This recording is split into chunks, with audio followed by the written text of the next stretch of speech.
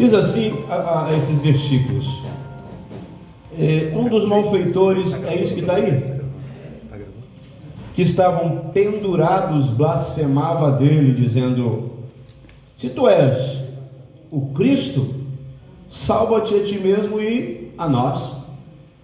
Respondendo, porém, o outro repreendia-o, dizendo: tu nem ainda temes a Deus, estando na mesma condenação? E nós, na verdade, com justiça, porque recebemos o que os nossos feitos mereciam, mas este nenhum mal fez. E disse a Jesus: Senhor, lembra-te de mim quando entrares no teu reino. E disse-lhe Jesus: em verdade te digo que hoje estarás comigo no paraíso. Amém? Vocês conhecem essa passagem, uma passagem muito conhecida dentro e fora da igreja. E a gente consegue encontrar nas três cruzes, ou nas duas cruzes, aquilo que se refere à humanidade desde o início até os últimos dias. Nós temos, de um lado, aquele que recusa Cristo e aquele que aceita Cristo. É o que define a eternidade de cada pessoa. Mas não foi à toa que Cristo no centro, duas cruzes nas laterais, direita e esquerda, mostram ali a escolha dos homens, ou as escolhas dos homens.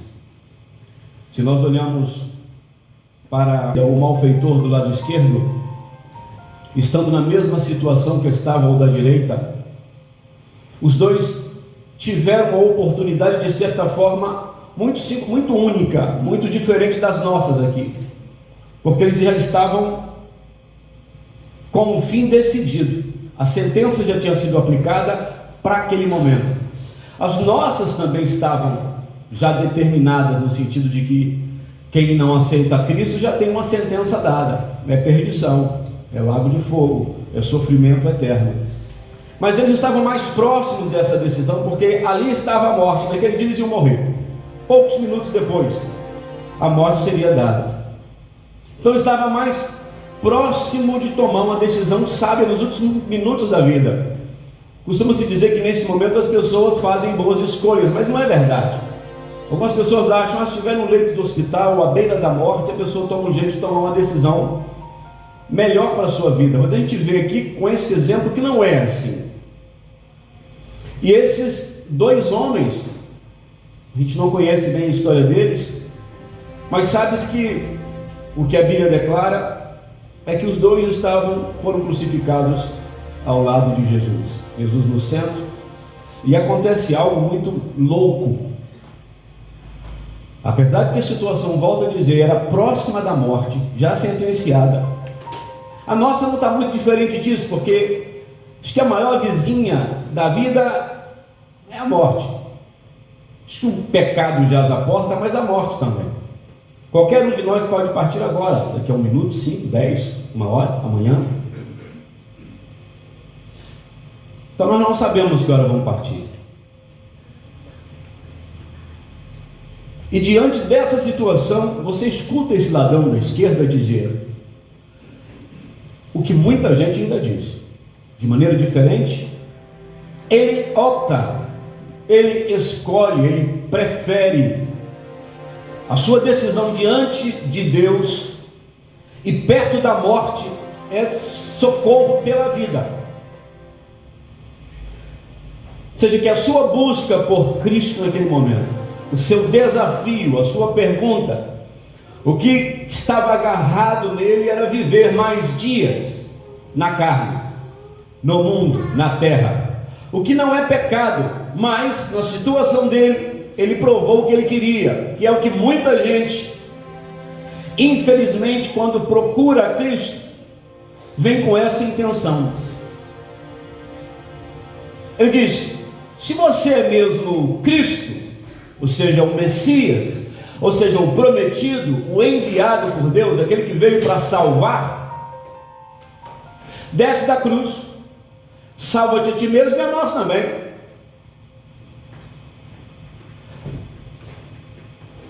O da direita, por sua vez, ele esquece da vida atual. Ele tinha também a possibilidade de fazer o mesmo pedido. Afinal de contas, você também espera livramento de situações adversas, de situações difíceis. de problemas que são insolúveis para a gente, e às vezes até, mesmo sem ser, a gente clama: Senhor, me ajuda. O que não é pecado, o que não é errado, mas o que mostra essa situação é que a escolha principal, preferencial, o que leva esse homem a clamar, era a preocupação pela própria vida dele na terra. Ele estava preocupado com descer da cruz. Ele queria uma solução para o problema dele imediato. Já o da direita estava preocupado com um problema maior, que é o problema da eternidade. Nas nossas propostas de salvação às pessoas que nos cercam, a gente, se não vigiarmos, nós também propomos soluções imediatas. Se nós não vigiarmos, a gente vai fazer como alguns pregadores e crentes entendem, diferente do que Paulo dizia: quando eu fui até vós, eu não fui com sublimidade de palavras, com beleza de retórica, com palavras que convencessem vocês pela minha sabedoria. Eu não propus para vocês nenhum encanto da terra. Eu fui com vocês e me propus a esquecer toda a minha sabedoria secular, humana, o que embelezasse a vida atual. Eu fui, na realidade, com aquilo que as pessoas creem que é escândalo e loucura. E nós muitas vezes queremos a mesma coisa, ou pedimos ou oferecemos a Deus, ao próximo, um Cristo com soluções para agora, que era o que o ladrão ou aquele malfeitor queria. Desce e nos tire daqui. Ainda na igreja nós temos essa busca: Senhor é Deus, livra-me então dessa cruz. O Senhor é o Cristo enviado, então livra-me desse problema. Mas nós falamos muitas vezes como esse malfeitor fez. Ele queria uma prova, mas ele queria uma solução imediata. Ele não foi a Deus pensando naquilo pelo qual Cristo foi enviado, que é nos livrar da morte eterna e nos dar vida eterna. E essa vida não é uma vida qualquer, porque é uma vida em Deus, com Deus, tendo Ele como luz, tendo Ele como água, como alimento, e tendo Ele como amigo, bem próximo, bem perto, para a eternidade. Mas a escolha dele foi a escolha que muita gente fez, querido, e muita gente faz.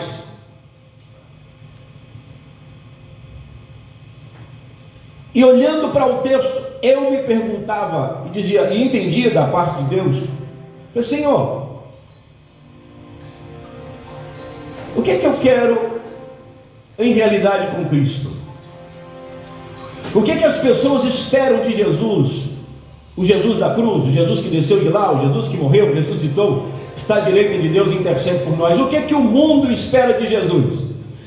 Muita gente espera o que esperou ou que pediu o ladrão, o malfeitor da esquerda.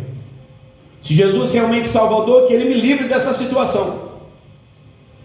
Os judeus também esperavam a mesma coisa: se tu és o Cristo, onde está o cavalo branco, a coroa na cabeça, o seu reinado e o domínio sobre Roma e a nossa libertação do cativeiro?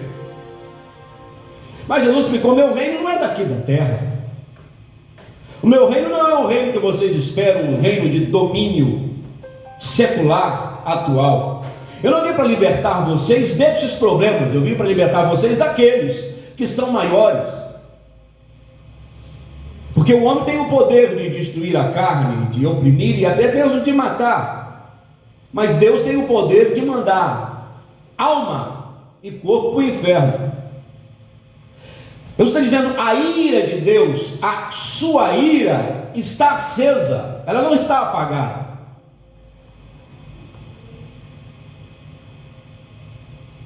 Deus não tirou a sua ira da frente. Deus tirou a sua ira de sobre os crentes, daqueles que abraçam a fé. Essa ira foi aplacada, ela foi expressada em Cristo por amor a nós. O ser humano lá fora não consegue entender isso, mas tem crentes que ainda não conseguem compreender isso. E ainda estão em busca do Cristo que o ladrão da esquerda procurou na hora da morte. E nessa busca não o encontram, porque não é esse Cristo que nos foi oferecido. Talvez alguém diga, por que é que as mensagens que Deus coloca no coração do pastor Edivaldo são tão repreensivas? E eu não serei eufêmico com aquilo que Deus colocou no meu coração, mas também não serei hiperbólico.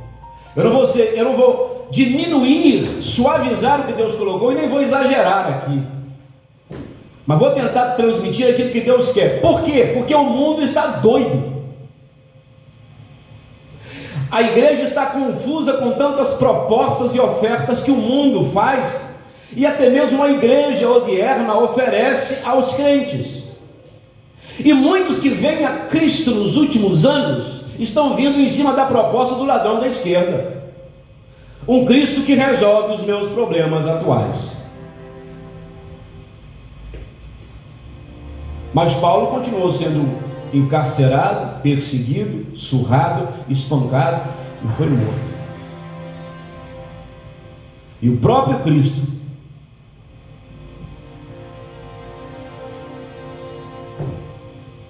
então, talvez, quem sabe, possivelmente, as mensagens que Deus coloca em meu coração é a mensagem necessária para os dias de hoje.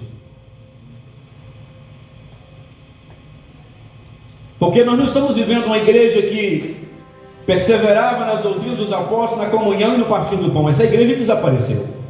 Quando eu digo essa igreja, eu quero dizer nesse contexto atual, geral, mundial.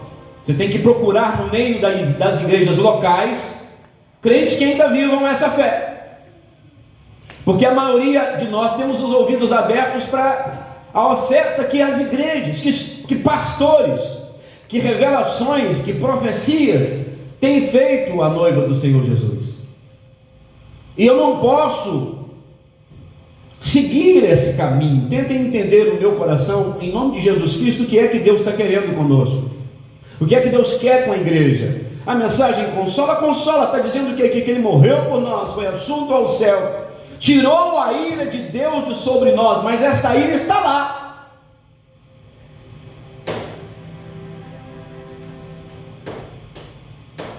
O conselho de Deus, o grito que Deus vem dar para nós hoje aqui, através do Espírito Santo,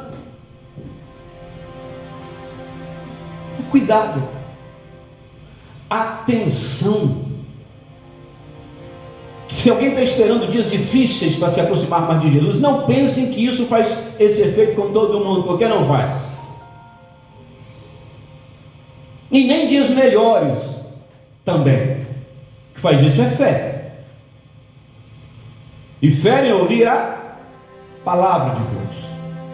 Ela produz esse efeito em nós. Ela causa mudança nos homens. Ela transforma corações. É ela que é mais penetrante do que qualquer espada de 2 fios, de 2 gumes, de 2 cortes, e penetra até o profundo da alma, vai lá dentro. É ela quem faz isso. E este ladrão da direita, esse aqui, recebeu a palavra, ele a ouviu em algum canto, ela chegou ao coração dele, ele teve a oportunidade de me dar um exemplo, e o outro teve a oportunidade de dar exemplo para nós também. Então, os dias não são bons, eles são maus. Eu não vou subir aqui e gritar como os profetas de Israel: está tudo bem, quando tudo vai mal, está tudo jóia, segue nesse caminho, quando não é verdade.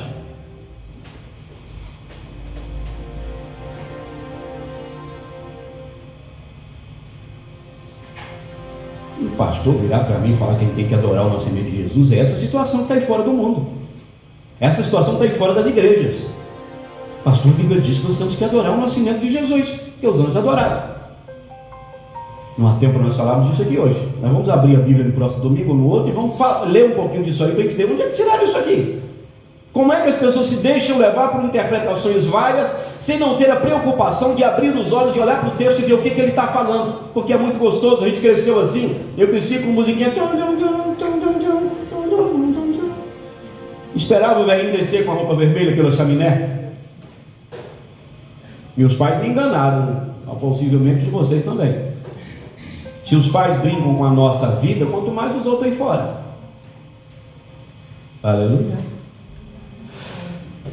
Mas se você olha para o ladrão da direita, tem um grito assustador, que eu não tinha visto antes. Porque ele diz assim: peraí, ele está aqui do lado de cá, Jesus está aqui no meio, ele está do lado de cá. Eu não sei se ele estica o pescoço, deixa ele pender perto da morte, vira para o ladrão de lá e diz assim: ô companheiro, você não teme a Deus, mesmo estando debaixo da mesma sentença que ele? Os nossos atos nos fazem merecer o que está acontecendo conosco, mas ele não fez nada errado. Mas a força disso recai sobre: você não teme a Deus estando na mesma sentença? Por quê, pastor? Porque o que é que esse rapaz está dizendo?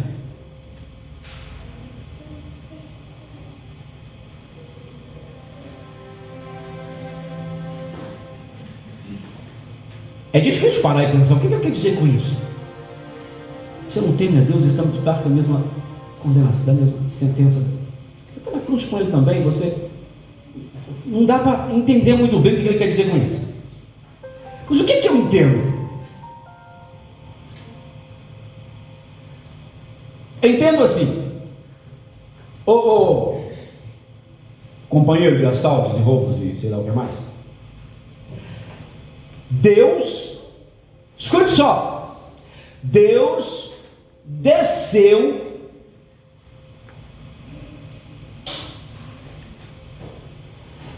e veio para a mesma condenação dos malfeitores,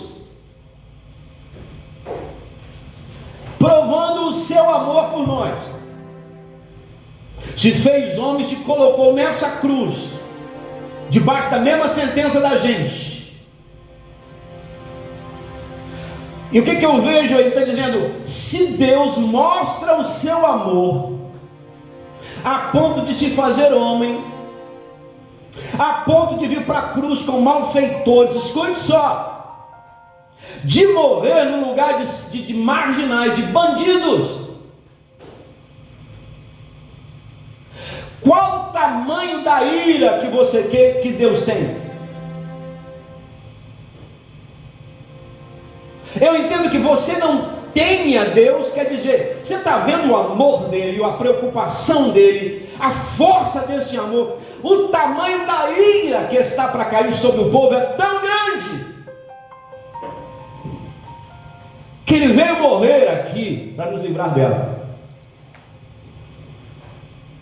Ei, você não está entendendo, você não teme, você não está entendendo o que Deus está fazendo pelo ser humano. Você não está entendendo que Deus abriu, vestiu-se da glória, trouxe seu filho, encarnou nesse homem, subiu na cruz e se colocou no meio desta sentença louca, absurda, escândalo para os judeus, loucura para os gregos, mas para nós que somos salvos, isso é o poder de Deus. Você não consegue ter, você está perto da morte, você está na hora de ir para o inferno, miserável. Deus abre os céus e desce, sobe e vem morrer conosco aqui, mostrando que a sua ira é tão terrível para o ser humano que ele fez uma loucura. Vai e morre no lugar deles, porque o que eu tenho para fazer é terrível sobre a humanidade. Você não teme a Deus, você não vê que se ele fez esse primeiro ato grandioso, o que veio aí também é grandioso. Ninguém consegue afastar o amor de Deus da justiça de Deus. Não tem como.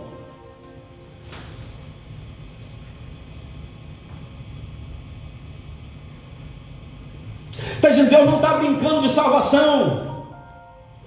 Deus não está fazendo de conta. Ele deu o filho dele, ele subiu na cruz como Deus encarnado e morreu morte de vergonha. Eu estou falando do Deus que nós sabemos que é sobre todas as coisas, criador dos universos, da própria vida, da molécula, do átomo, da existência, da sua respiração, das plantas, da natureza. Se houve os dinossauros antes de nós e tudo que que você contempla, ninguém criou, foi Ele. Que tem o poder para estalar os dedos e desaparecer todo mundo. Ele veio morrer no meu e no seu lugar, subiu e tomou morte de vergonha, de escândalo. Tão grande é o seu amor, mas tão grande é a sua ira, que vai descer sobre a terra. E tem crente brincando de me dar o que eu quero hoje, está esquecendo da eternidade. Esta ira vai cair sobre a terra.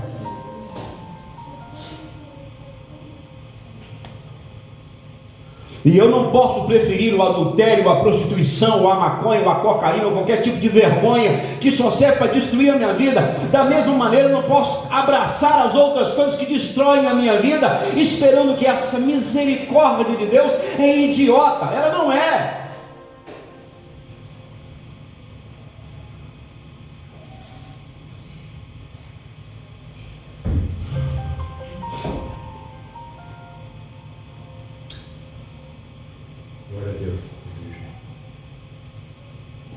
Você não teme a Deus estando debaixo da mesma condenação? O camarada, você não está entendendo o que Deus está fazendo? Você não está entendendo? Nós merecemos, mas Ele não. O que Ele veio fazer aqui na cruz? Como é que Deus faz uma loucura desta?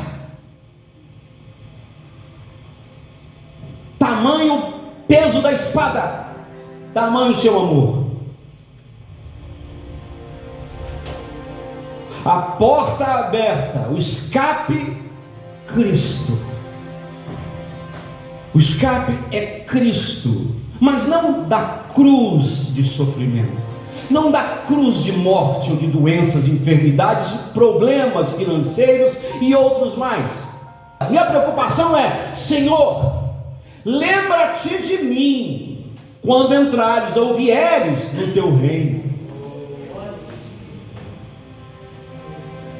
Se os nossos olhos não ficarem atentos, a gente vai ficar como um cara da esquerda. Deus é Deus mesmo? Essa pergunta ela vem de forma oculta, dissimulada, mas nós a fazemos muitas vezes. Por que é que eu estou nessa situação? Se eu oferto, por que é que me falta dinheiro? Se eu vou à igreja, por que eu estou nessa luta? Se eu te aceitei como Salvador, por que é que esse problema não saiu da minha vida? E tem gente que só quer e eu vou, mas primeiro Deus tem que resolver isso, Deus tem que resolver aquilo. Se Deus é Deus, Ele vai mudar isso. Não, estou aí na expectativa. Um dia eu vou servir a Deus, quando Ele tirar o problema da minha frente. O ladrão falou que nada. Lembra-te de mim. Ele está dizendo o quê? Eu quero ser salvo. Ele está dizendo, eu quero ir para o céu, eu quero viver eternamente. A minha preocupação, a minha visão é essa. Eu entendi o mistério do Senhor. O que é que o Senhor veio? Deus livra, Deus cura, mas eu querido, em nome de Jesus Cristo, não vamos brincar com essa tão grande salvação. E se você ainda não a abraçou, se ainda não entendeu o que é que Cristo veio fazer, talvez você está esperando ainda esse Cristo falar, tá bom, vou te tirar da cruz. E é por isso que você está em meio termo, nem vai, nem vem, nem vai, nem vai, nem fica, nem nada, está ainda em dúvida do que é que você vai fazer da vida. Pelo amor de Deus,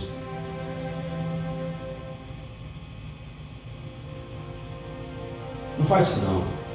Não brinca com isso não. E você que é crente, não brinca com isso não. O que está escrito, o escritor aos Hebreus diz assim: na lei de Moisés, quando uma pessoa falhava, bastava 2 testemunhas para que aquela pessoa fosse morta. Ele diz: quão maior será, pior, mais duro será o castigo daquele que pisar o sangue que foi derramado na cruz do Calvário. Qual sentença? Muito maior será para aquele que brincar com a salvação de Cristo. O que ele está dizendo? Na lei de Moisés bastavam 2 testemunhos e o camarada era morto. Provou o que o cara fez? Mata. Está dizendo, muito maior, gente, vai ser a sentença daquele que brincar com a salvação. Aleluia! Isso! Aleluia! Isso! Isso é muito sério. Sabe por quê? Uma hora dessa, o que um crente, o que a gente tem que fazer? Não me importa as outras. Eu me desagarro dessas coisas que estão me prendendo, que estão me inquietando, me deixando louco, desesperado, a ponto de eu esquecer que Deus é Deus, a ponto das minhas buscas por Deus seja só pensando na solução dos meus problemas. Olha bem para esse camarada. Senhor, é verdade, o cara aí, né? Isso é Deus, é bom. Livra a gente daqui. Isso é poderoso. Não custa nada, dá uma vidinha para a gente, tá? Né? Resolver essa situação aqui. Mas a resposta de Jesus, dá uma pena do cara da esquerda, porque pelo amor de Deus, o cara já ia capotar. E capotou mesmo, e morreu. E foi para o inferno miserável. O da direita vira e fala isso com ele. Jesus diz o quê? Né? Fazendo aqui com um pouco de conjectura no meio, também parafraseando, ele vira para o rapaz e diz assim: como a sua escolha foi sábia? Como você aproveitou bem a oportunidade? Como você está mais agarrado à vida eterna do que essa vida carnal atual? Hoje mesmo estarás comigo no paraíso. Ele deve ter chorado na cruz, deve ter se derramado. E o cabeça de vento do outro lado não podia ter, vida eterna, mudado de história, tomado uma decisão diferente, mas mesmo assim não mudou. E tem gente que não vai mudar. Peço a Deus, espere em Deus que você não seja um desses da esquerda, que estando na mesma situação, porque Deus está aqui dentro de nós, o Espírito Santo opera, fala conosco, a sua palavra viva e eficaz, se manifesta em nosso meio, e você não esteja ainda nessa cruz dizendo: então me livra dessa morte carnal, desesperado com o pão de cada dia, com a comida de cada dia, com a roupa de cada dia. Isso te inquieta tanto que você não vê a grandiosidade da eternidade. Isso é gigantesco, impagável. Quantas histórias a gente escuta de gente que dava tudo para viver mais um dia, Fábio? Onassis dava toda a sua riqueza para viver mais um dia. O homem mais rico do mundo falou: se eu viver mais um dia, eu dou tudo que eu tenho. E Deus deu tudo que Ele tinha para a gente viver eternamente. É Ele quem pagou. Não saiu um centavo do seu bolso para viver eternamente, e a gente está desesperado com o pão de cada dia. Tem gente largando a fé, abandonando a fé, porque tem problema na família, ou porque o outro tem problema de saúde, ou porque o outro sei lá o que é. Irmão, Mateus, olha. E não é outra mensagem que te prega para quem não conhece a Cristo, não tenta de estimulá-la, inventar que conversa fiada, não. A realidade é essa: Cristo morreu para te salvar. O pecado que estava sobre você, Ele levou sobre Ele. A ira que Deus vai derramar, Ele está te tirando debaixo dela. E não olha que Jesus vai curar sua barriga, suas contas vão ser pagas. Mentira, para com isso. A verdade é essa. O que Paulo diz? Quando eu fui até vós, não fui com sublimidade de palavras, para não tampar a beleza da cruz, o escândalo, a loucura da cruz. Que é isso aí? Baixe tua cabeça, feche teus olhos abençoados.